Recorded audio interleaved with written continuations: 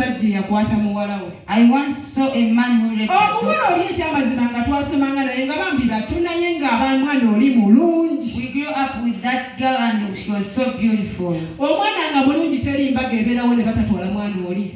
The girl was so beautiful that she could beat naye kitaawe yennyini n'amuteekako kyepe mu but the very father put a bad thing on her. Kyepe eyo teyamuleka na ku kyalo bamukwata ne bamuddusa ne bamutwala kuba buli muntu amulaba afuuse kivume. That thing did not even leave the girl at the gate because she was even taken away.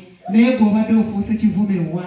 Where had you become? Wa wawulira ng'obadde otambula ekyamazima ng'owulira oswala? Where have you been moving? Wa wabadde otambula ekyamazima ng'owulira omusango weesalira omusango olaba nga tosaanidde? Where have you been moving and you? Katonda yagira ebitasaanidde n'abifuula ebisaanidde. Kasita bw'okyuka n'olekana ku bagaana n'otereera mu Katonda. Ye Katonda asobola okukola ekigambo ekijja. Who can do anything in your life? Yesu omulungi yeebazibwe. Praise the good Jesus. Tusomere ku Isaiah 3. Isaiah 43. Isaiah 43:18. Isaiah 3:18. Nti temujjukira ebyasooka okubaawo so temulowooza bigambo bya dda. Agambye atya? Temujjukira ebyasooka okubaawo. Tojjukira ebyasooka okubaawo. So temulowooza bigambo bya dda. Mukwano gwange tojjukira kisajja kiri ekyakwata. Not remember the man. Tojjukira kiri ekisajja ekyakudisappointinga. Mukazi gwe tokkiriza musajja akunyiriza mutuuka kw'eryosa. Awo mwali tokkiriza biri byonna by'obadde muwulira ng'obyerabira. Forget everything that you've been passing through. Yesu omulungi yeebazibwe. Praise the Lord. Ayinza engambo mu kamwa ke egamba leero n'ebyawano.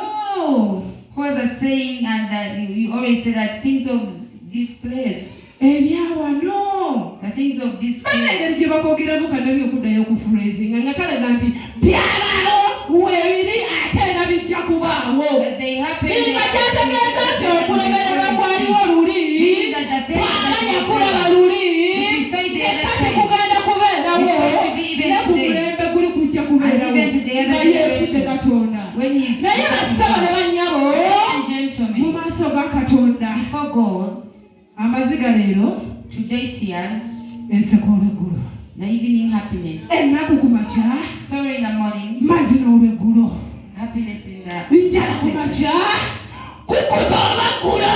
Amen. Kitegeeza togwamu awaanya owulira togwamu amaanya owulira ng'ozitowereddwa. Ekyo kikubadde mu maaso go. Eyo Ddembe yakubwako. Eyinza okuba yaleetebwawo famire yo. Eyinza okuba yaleetebwawo baaluganda. Eyinza okuba yaleetebwawo mwami wo. Eyinza okuba yaleetebwawo mukwano gwo. Naye weerabire. Weerabire ebyayita. Weerabire Kasozi byeyayita. Weerabire byonna bye bakola. Byerabire mukazi gwe. Ete maaso ga Katonda. Okugamba eti Mukama. Nzuuno. Tandika essuula epya mu bulamu bwange. Tuli mu Isaya 43:19. Laba ndikola ekigambo ekiggya kaakano kirirabika temulikimanya. Agambye nti laba ndikola ekigambo ekikiri kitegeeza ekijja kibeerawo nga wabaddewo ekigambo. Nothing happens when there has been a word. Yesu omulungi yeebazibwe.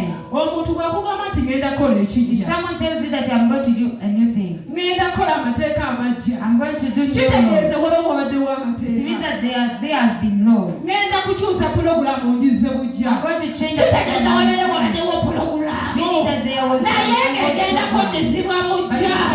Kati kyekyo Katonda ky'agamba. Agambye nti ndikola ekigambo ekijja. Temulikiraba.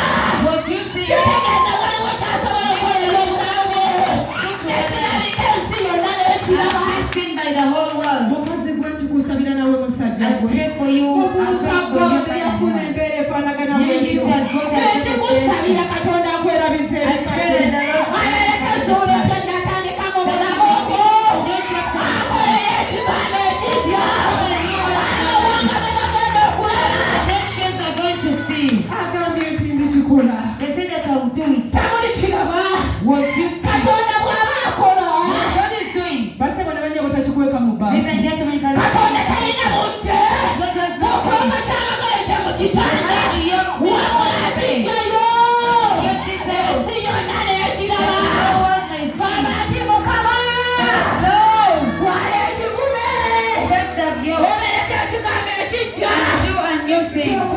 bulamu bwange. That you may do in my life. Era kikaziwele mbadde ndaba